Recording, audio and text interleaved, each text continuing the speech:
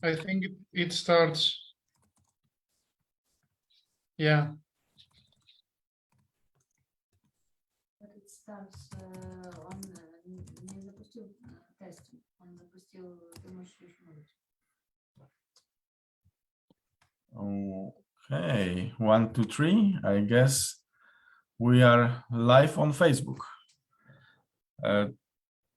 I hope that you can hear me, you can see me. Can I get some feedback? Does it work already? I hope that you can see me. Yes. Okay. I hear some echo from you, Thomas. Thank you for helping me out. Maybe now you can also mute yourself and so on, so we'll be able to start.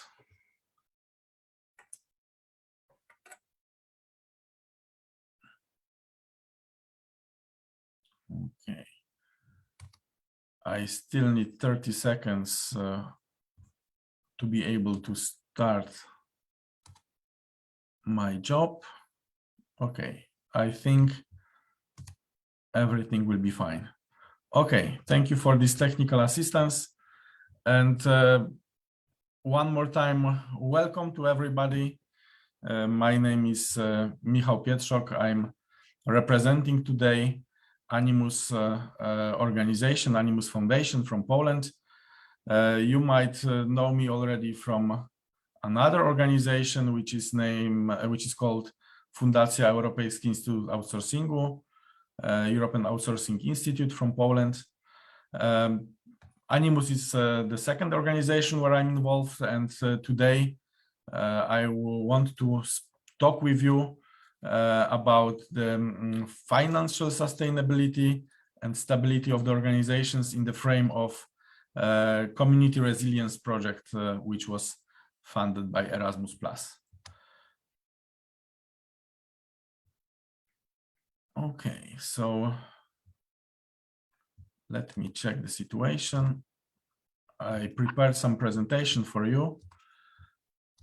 So let's see if it will gonna work. Here it is.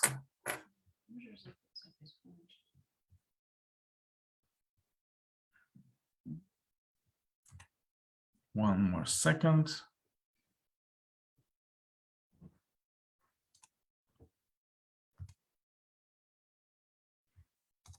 All right, so today's topic, as I said already, about the financial sustainability of the non-governmental organizations. Little bit might be a little bit complex, might be a little bit complicated for many people involved in our non-governmental organization world. And I wanted to start basically from maybe one thing. Basically, we as non-governmental organizations are having some activities in the world, which is obviously occupied by many different institutions from many different sectors. However, does this world, which is occupied, for example, by some private sector, I mean business organizations, differs a lot from the NGOs? How do you think? Also, maybe you can reflect for yourself in the next 10, 15, 20 seconds. Why I ask this question? Because for the both types of the organizations, business in the business world and our NGO world, financial stability is very important. Both of the types of those institutions should have vision, mission, some strategy, and obviously aim. However, for the business organization, raise of the finances and financial success probably is the primary aim of the existence. Yeah. So basically, if somebody sets up the institution like a company, the financial success is the first aim it should be set up. For the NGOs, this financial success, it is, I believe, not the aim itself. Why it is so? Because the aims, even in the statutory form and in the understanding of, I believe, most of the people connected with the NGO world, the aim of the organization could be support of some target group, could be education, to raise some educational activities, to develop some researches and so on. But how to do it without finances? Probably it is impossible or very, very difficult. That's why, at least in my opinion, financial stability in this NGO world is not an aim itself, but it might be outcome of the successful activities, or it can be also some part of to reach this financial stability would be the part of the work in order to reach our aims. And what would be this stability? How to reach this stability, or how to make these first steps towards the financial stability and financial sustainability? I would refer to firstly to the organizational development, because obviously when the organization is in the road to get developed, to development, is proceeding with some different projects, then step by step, hopefully gets closer to this financial sustainability. But how to start? This is the, I think, biggest question for the beginners, at least. I believe that to develop the organization, there are many factors needed to be set up. First of all, organization, and especially in the NGOs, but also in the business. In organization, institution is created by the team of people. And inside of the organization, people are needed because they need to create the organization, but also outside of the organization, people are needed because there will be recipients of the actions, activities held by the organization. That's why here on this slide, on the first place, you can see the community, because it could be this community which is inside of the organization or outside of the organization. And with the support of the community from inside or outside, you could build something or build on something. Yeah.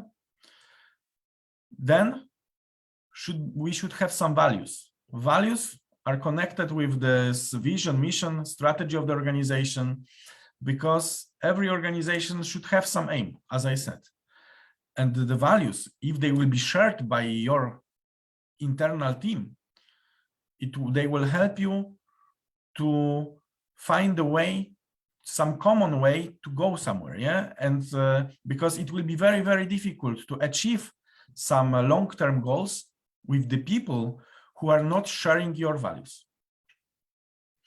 From the other side, how to take the crowd with you if the crowd will not believe you. So those values obviously are also needed to be shared, to be communicated, and to be understood by those who will be your target groups. And then obviously people about whom we are talking all the time. And then two icons I put in this slide of the presentation, because also I believe that from those three groups of statements, we could find out two other things. One word, networking, because obviously community and people we can find out through networking, and then we can raise our organizational development through networking. And then what would be the result? Would be resources. Why I put here this word? Because many discussions I had and I'm having with people who are involved in the non-governmental organizations. And many times, those who are on the beginning of the road asked, what do they need to make these first steps forward? They say, we need money. And this, I believe, it is not a good way of thinking, because money to get on the very beginning of your road to achieve some grant, to write project application and to get it funded, sometimes it is difficult, yeah, and usually it is very difficult. And when the organization is established, you don't have any record of your activities because there was no activities. And then as totally blank page, I mean, your institution has it, they're like a blank page because there is nothing there. You are asking for money because you want to do something, but you cannot prove usually why you want to do this. You don't have any experience.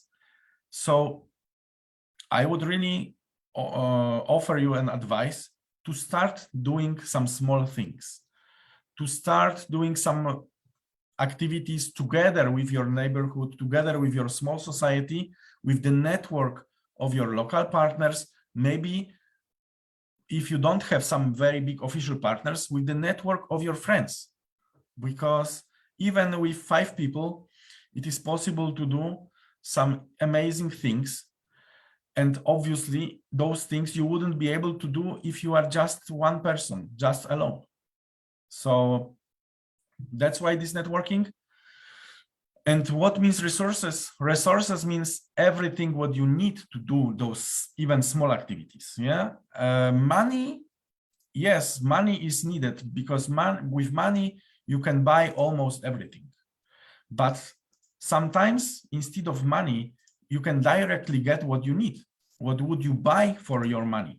Yeah, so sometimes if you need some office materials, maybe you can ask some institution, some shop, and then you can get those materials for free. How do we, I mean, what else? Sometimes you need some people. So maybe there is some big organization based on the volunteering. You could even ask for some human resources support. So those resources can be everything, can be money as well, but don't limit yourself, because especially if you will find some good connection with the public organizations like municipalities and so on, to receive money from these organizations will be very difficult. However, often they can offer you different types of support, and this is not very difficult to get usually. So we already mentioned that the community is the key for those first steps. There are some very wise words written here: motivation, inspirations, initiative. Obviously, there are many ways to raise the community. But the first steps to raise the organization would be volunteerism. This voluntary work can help to start. As I told you just 2 minutes ago, it's important to build the portfolio of your organization. But if you are just starting and you don't have anything, the only thing what you have usually it is time. And time, your creativity, and your willingness to do something. And I believe that all those words are closed into this word of volunteerism. And if you will have your small community around you, then with the time, with the efforts of a group of people, it's possible to do a lot. And why it is important? Because later you build your picture, the picture about your organization, and then if some somebody who will finally assess the application form which you were writing about your first or second project which you would like to implement, he will see, this person is already experienced in the field, maybe not very much, but they have some knowledge about it. It is possible to check what did they do, and that's why the credibility of the organization and the people who are creating it raises. And this is connected with another very wise and long word which you can see here. It's professionalization. It has obviously many meanings and many things you can fit inside. But here, I already mentioned credibility of the organization. And also, when you are doing your first activities, first actions, it would be very good if you could choose some directions of your work, because good organization cannot take care of all possible activities. Yeah. For example, when I was starting my journey in the NGO world, it was maybe 10 years ago or a little bit more even. I joined to some sport club, and then we tried to organize and develop first projects, and it was not very successful. Yeah, we received some grants, we received some money, and then we didn't succeed. There was a lot of problems. I remember even 3 years later, I was going to the court because in the sport club, I was just a volunteer. So I was explaining many things. What did I do? What did I know? What I didn't do? What happened? Then we had some problems because some money we gave back, we had to give back, and so on. This was not the road to the financial stability. But why it was so difficult? Because we were not professionalists. Yeah, I mean, nobody knew how to implement projects, and we started implement projects. Everything what could happen happened. There were many problems. We did many mistakes, and in this case, we were also quite alone. And we were learning by doing, and we were learning from our own mistakes.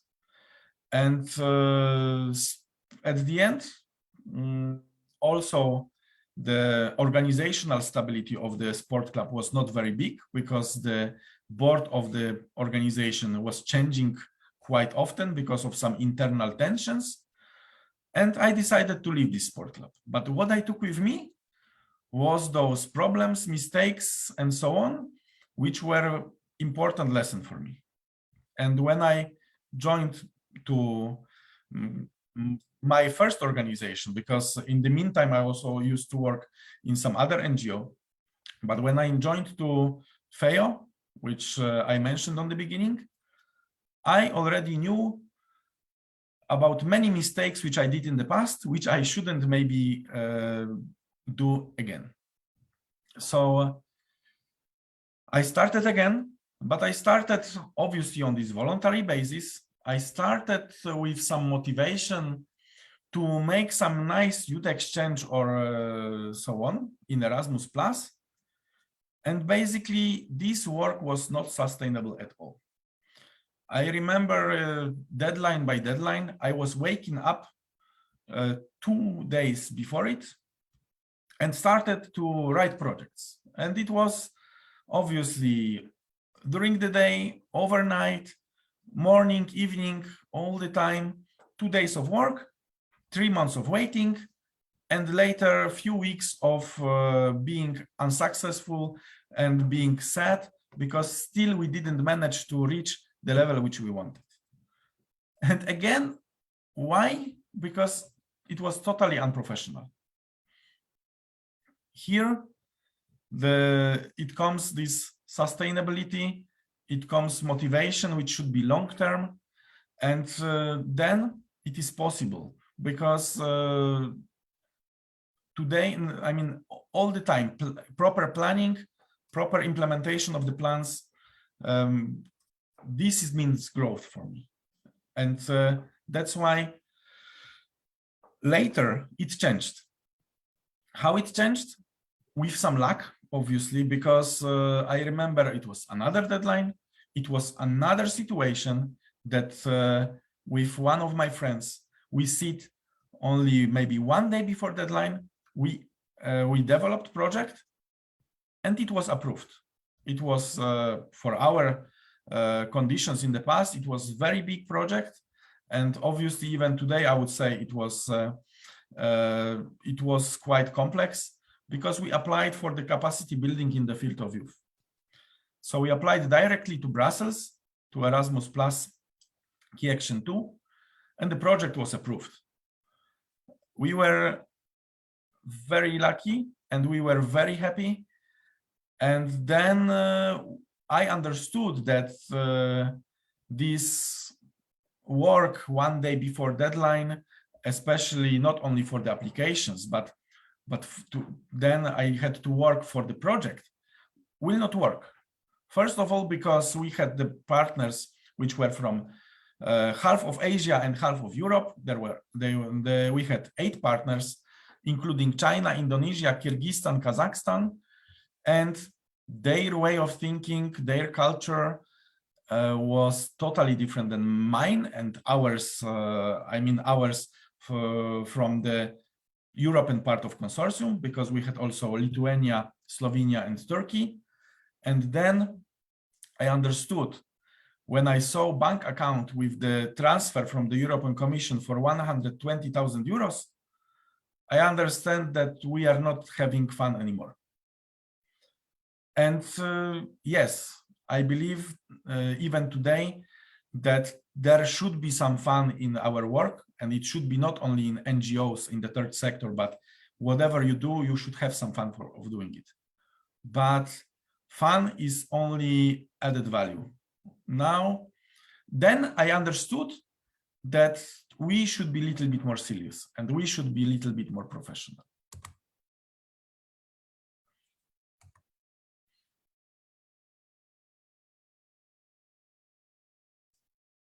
Okay, let's have a break from me speaking, because I received also some question. Maybe on this kind of practical example, I could continue. So Zera is asking that, is saying that for me, we have already working village, which we live in and doing activities without any budget. So we could see already that there are some voluntary activities. Yeah, we have common ecological lifestyle already, and traveler people are already coming to visit and helping us. But no one support us with any budget, and we don't have any organization or official name. We are just a group of friends and who wants to make this world greener and sustainable. But it is so hard to live in a village without making money and spending a lot for animals, trees, and visitors. How should we start? It's a very complex question. And there are, in my opinion, several things you should do. You said that you are making a lot of voluntary activities, that you don't have any official status, and then you work a lot. I would suggest firstly, I would suggest to try to do a few things. I believe that the establishment of the legal status of your group is very important.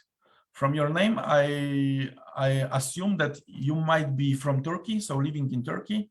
However, maybe it's another country case. Yeah.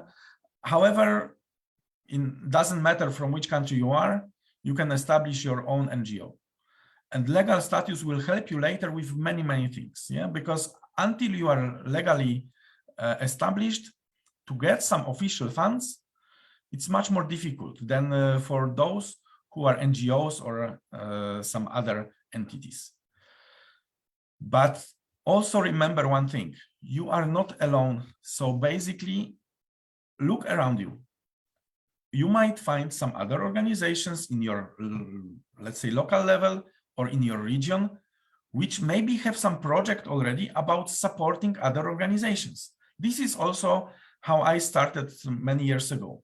With the sport club, which I mentioned, how I even got some information that there are some projects which can be funded. We joined some project, which was from bigger organization, and then we got trained for some fundraising and so on, and then we started. So this would be advice from my side. Also, in many countries, there is some sustainable support system for non-governmental organizations. I don't know how it works in every country in Europe, but for example, when I was developing my own organization, which is FEO, I met with the representative of this organization, which is sustainably supporting other organizations, and I asked them if they could help us to rephrase our statute, constitution, then if they could support us with some marketing and so on. And everything actually was possible because especially if it was non-financial support, it was easier. So first step, I would say legal status. And second step, you say that there are some people coming to your place. They are already working there. I would think about the variety of fundings which you could find. Exactly here, we have slide about the diversification of the finances. Because, okay, for 20 few minutes, I'm speaking about projects. But in our world, nowadays, we can find money from many different sources. So taking into account that you have already some working place, which is some eco farm, maybe you can think how to get some support. Yeah, if you are supporting local culture, if you are cooperating with some local farmers, if it is ecological, if you are doing later some workshops for green, for the sustainability, for the diversification of for the growth of the ecological assets and so on. Maybe you can find some people who would be interested to finance you also in the long term. Yeah, there are many programs, and there are many websites also who work on the system of this funding. Actually, now I have hole in my head, so I don't remember the name of the most popular one. Maybe I can find it in a minute. But you are registering your activity. It's not even that you are registering your organization, but you are registering your activity. You are sharing what you are doing. You are sharing how would you like to spend money which you will receive. And there are some private people usually, or some institutions, who are deciding that every month, let's say, they will support you with 10 euros. And then if you will find 100 of the people like this, you will have 1,000 euros every month.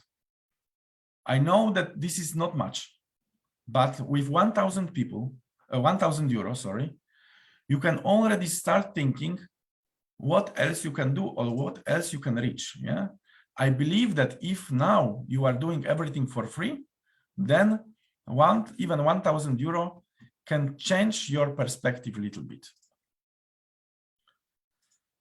Then, obviously, I put here many ways how to get resources. Also, barter. In your case, barter could be very good. What it means, you are giving some product, you are getting some product. Yeah, because you are producing something, it should be possible. You can get also some sponsorship from some other companies, other institutions from your region. And at the end, you could even try to start some charity.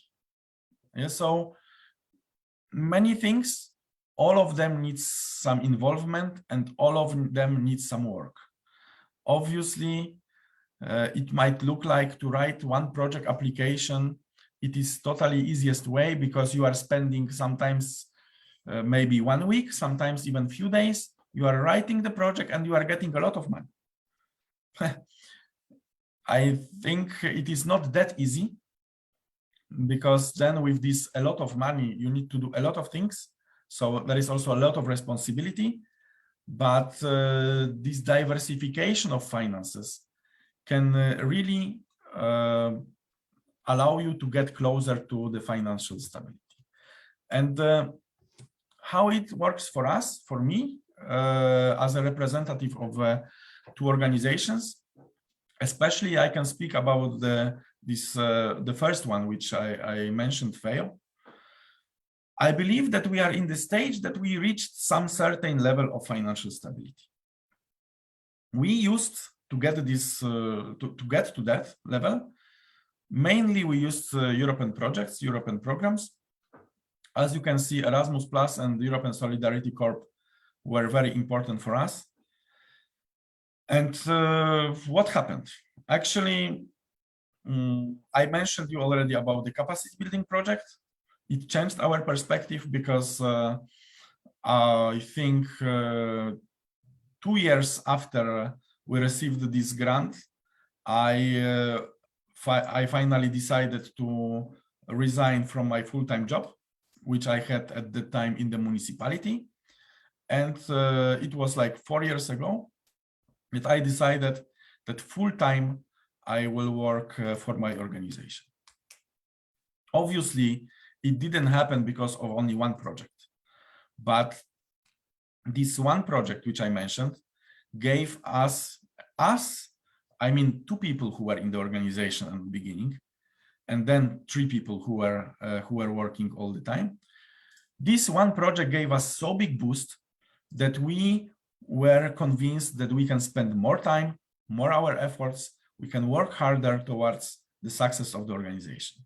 And we succeed. Yeah, I mean, after this first big project, there were several smaller, also quite big, and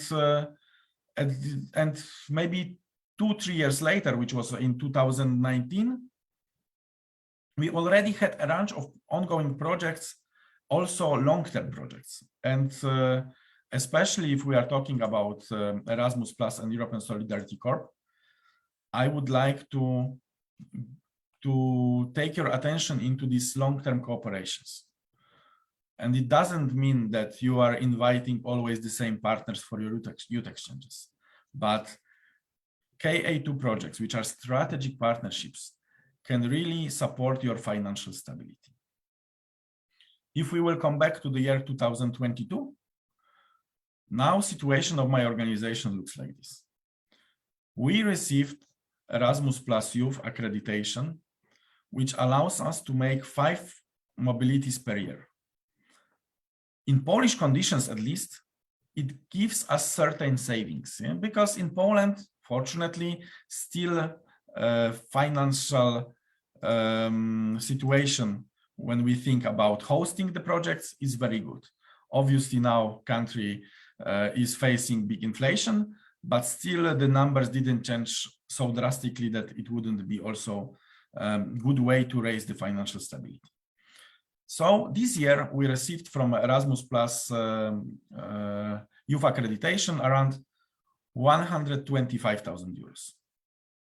I believe that around 75,000 at the end we will have to spend directly for those mobilities which we are going to organize, but around 50,000 we will spend for the salaries of the staff. Obviously, we will not take this all money to our pocket, but in my organization now, it works around 10 people.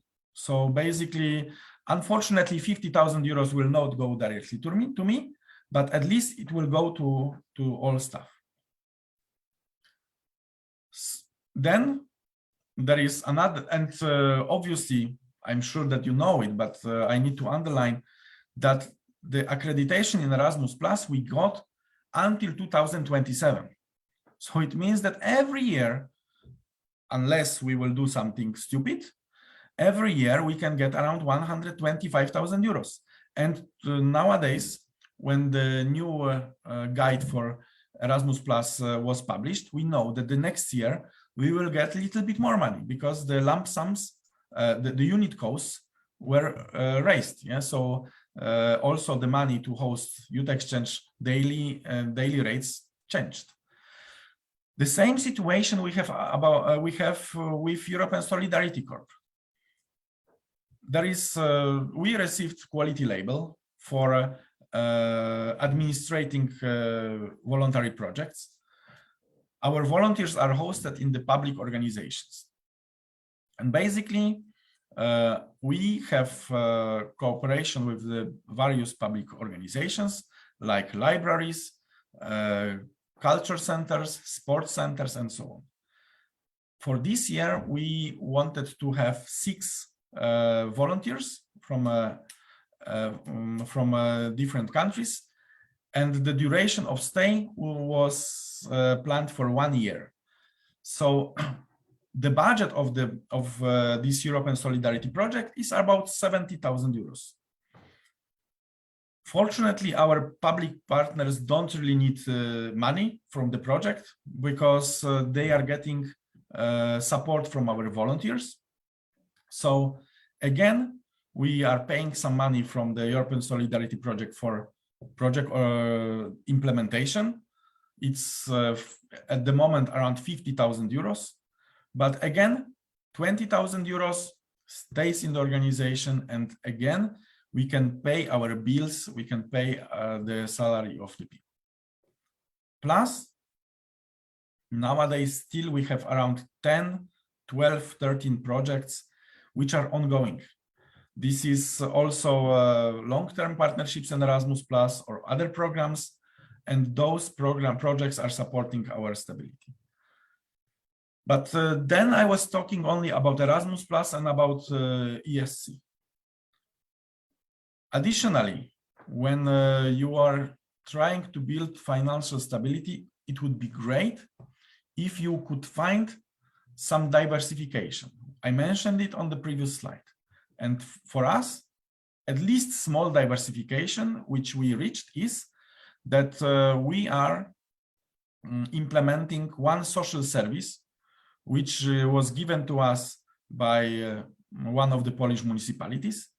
And we are actually running consultancy office for the citizens of this municipality because they are coming to us because they want to change their heating systems.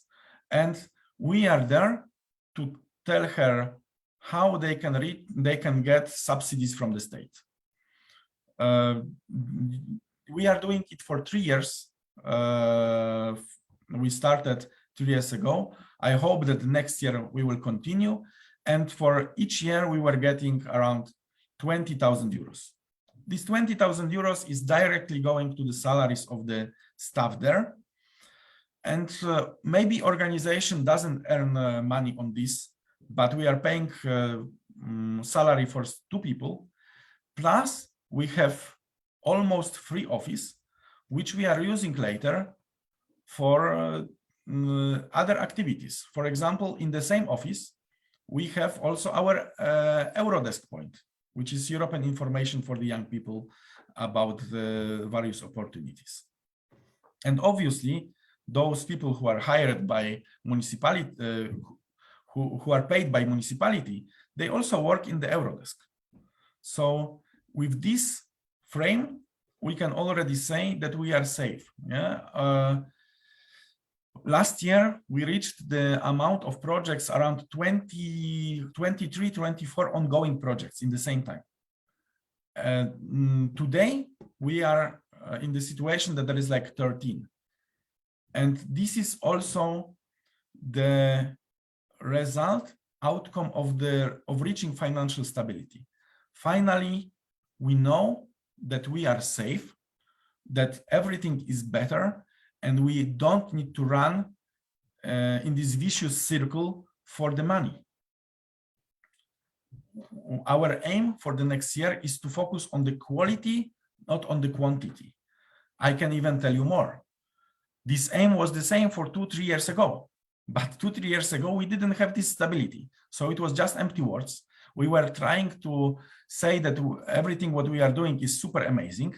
And then again, quantity, quantity, quantity.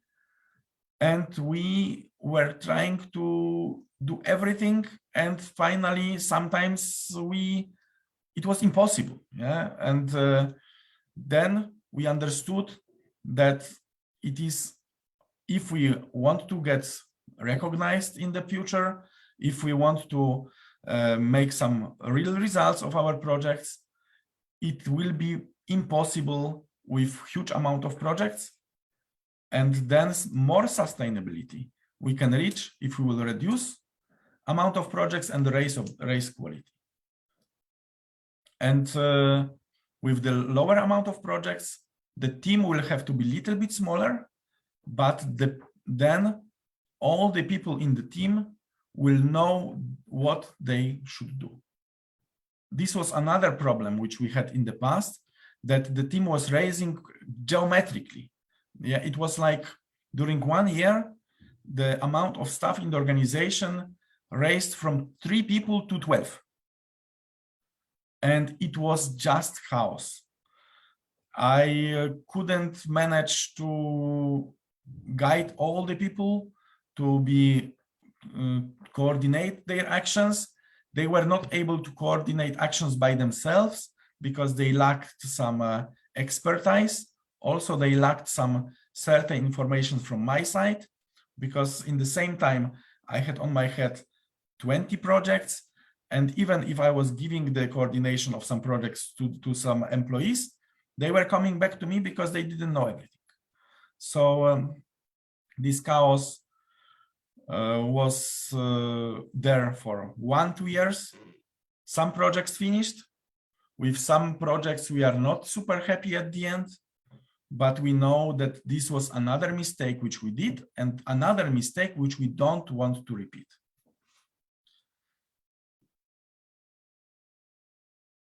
I don't know if we have some other questions still.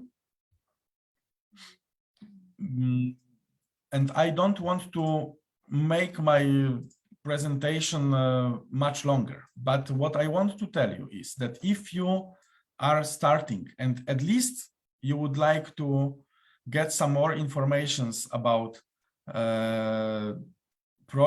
possible opportunities in Erasmus Plus and ESC, I'm going to share this presentation in a little bit changed form, because it will also contain some voiceovers from my side. And you will also be able to see some and to listen to some details about Erasmus Plus and ESC program.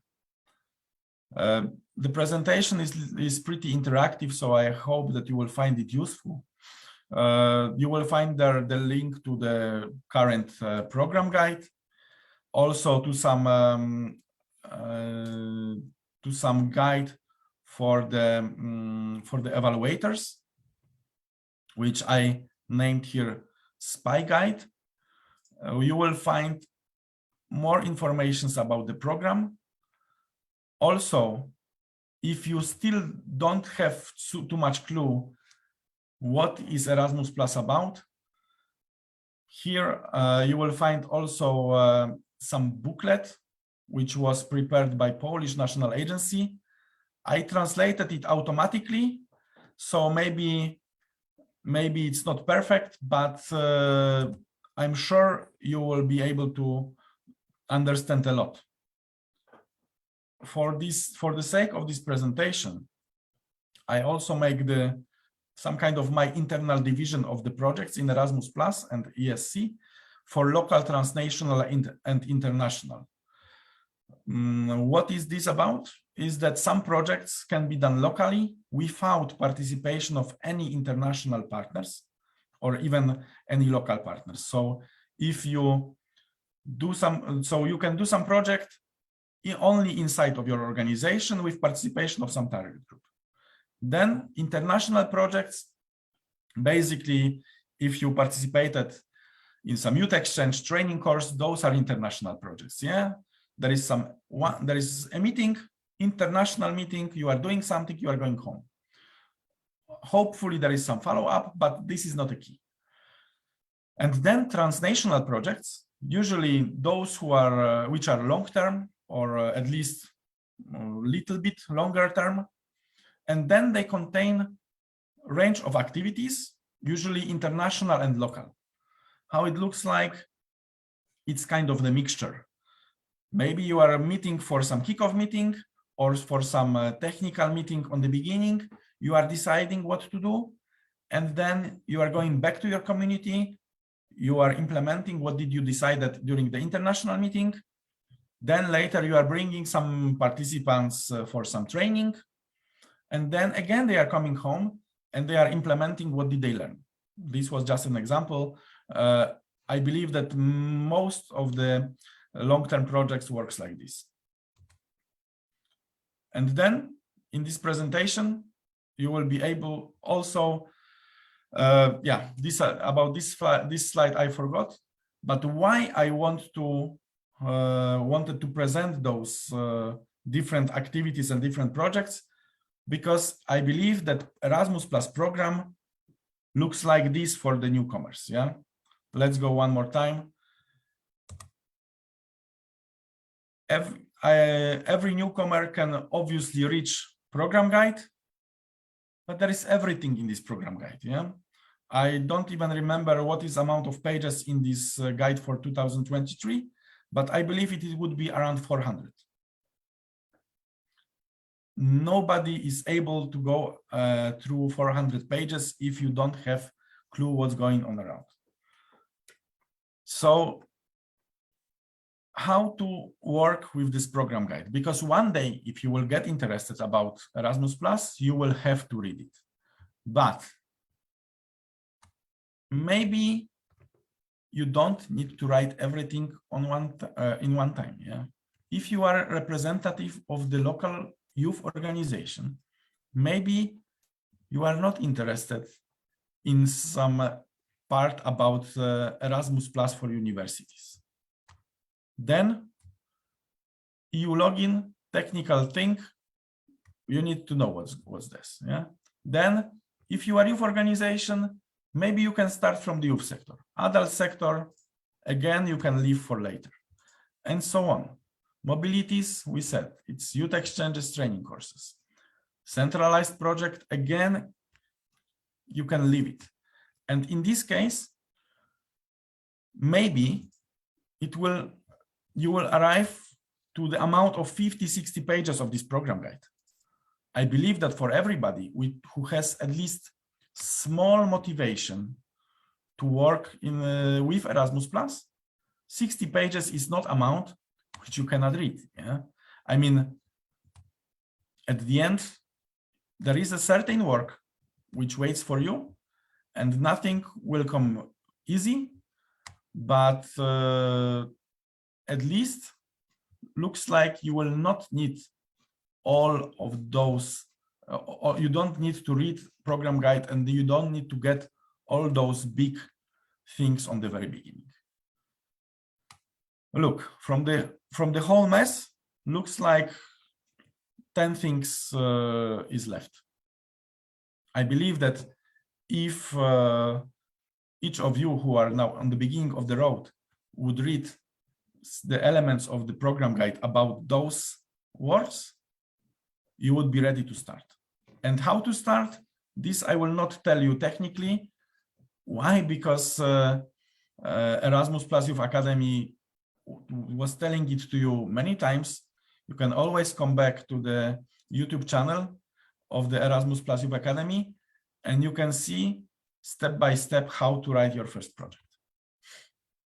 But if you still don't know which project to write, maybe even at least this presentation can help you. So here I also inserted some certain informations about solidarity projects. which might be very good for the beginning for very small organizations. And when I was thinking about Zera, which was sharing with us her story about the eco village, this might be perfect place to start. Solidarity projects in the European Solidarity Corp.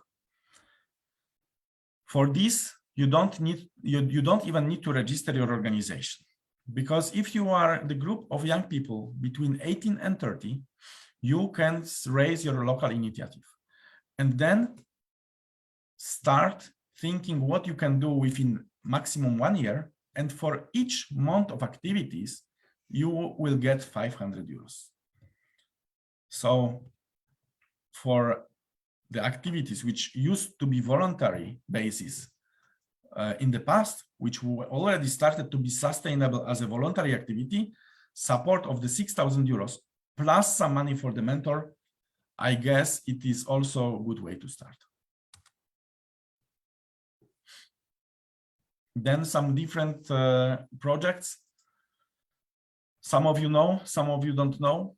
If you still don't feel that international projects, transnational projects would be your goal, also youth participation activities can be very interesting for you.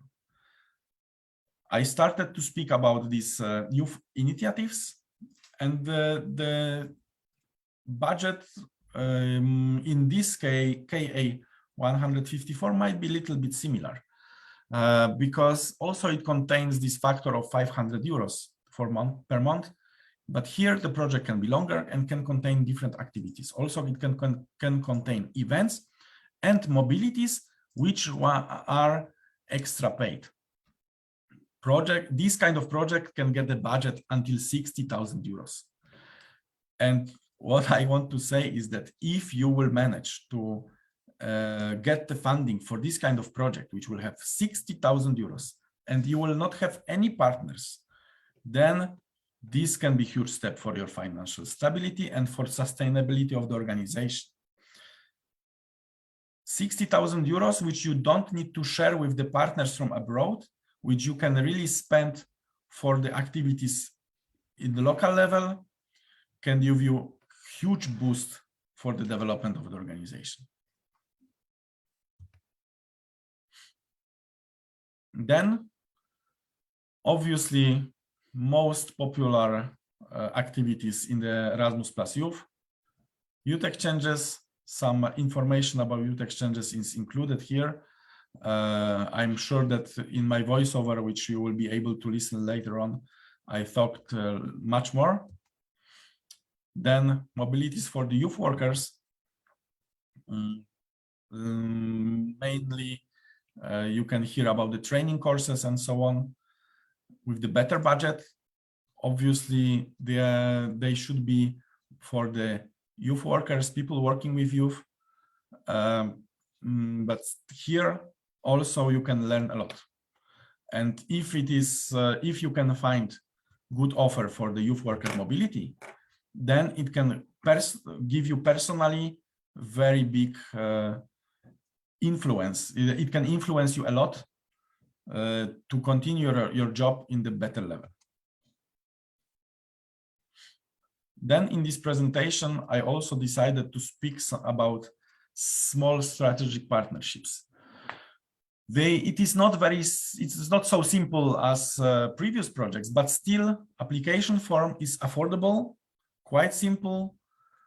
And what is important, small strategic partnerships are promoting new organizations.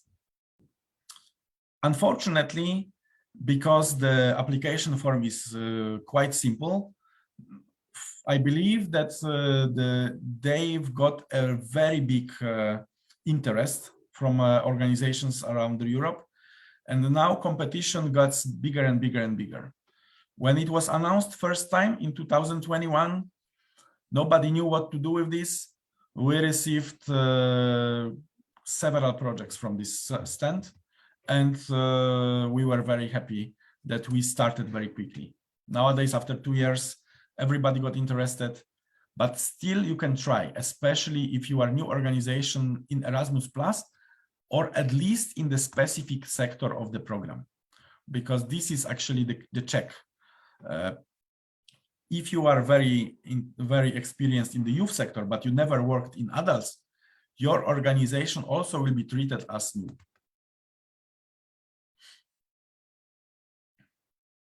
And then the project which I already mentioned, volunteering projects. This is not so simple anymore, because to get involved in the volunteering projects, you need to reach your national agency and you need to get quality label. This is another application. You need to apply for this. And if your and especially it is difficult to receive quality label for hosting of the volunteers. Also, that's why we are not hosting. Yeah, I mentioned you that we are administrating the project. Hosting organizations are public bodies, but we didn't decide to host. And yeah, with this short presentation about Erasmus Plus and ESC, I'm leaving you now. I guess that tomorrow I will also be able to send to the channel the presentation which I prepared with the voiceovers, and then you will be able to see more, listen to more, and maybe even after several weeks or few months, you will be able to come back to that, and maybe at that time it will help you. So I wish you good luck, because the road to financial stability and sustainability, it is not easy, and you need a lot of efforts, you need a lot of motivation, and you need a lot of time. There is, I would say that if you are not very lucky or super skilled, then probably your organization will need maybe 3, 4, 5 years to reach the certain level. But with some help of more experienced colleagues, more experienced organizations, maybe you can shorten this time. And to get really financially sustainable, you could become maybe in 2 years. And if 2 years it is still too long for you, then I would say that it's bad news, because you cannot get your organization sustainable within 3 months. Even with using of various funding methods and tools, I guess it will take a little bit longer. So still, I wish you good luck, and thank you for taking part in this webinar, and I hope that we will see each other soon. Thank you very much. Goodbye.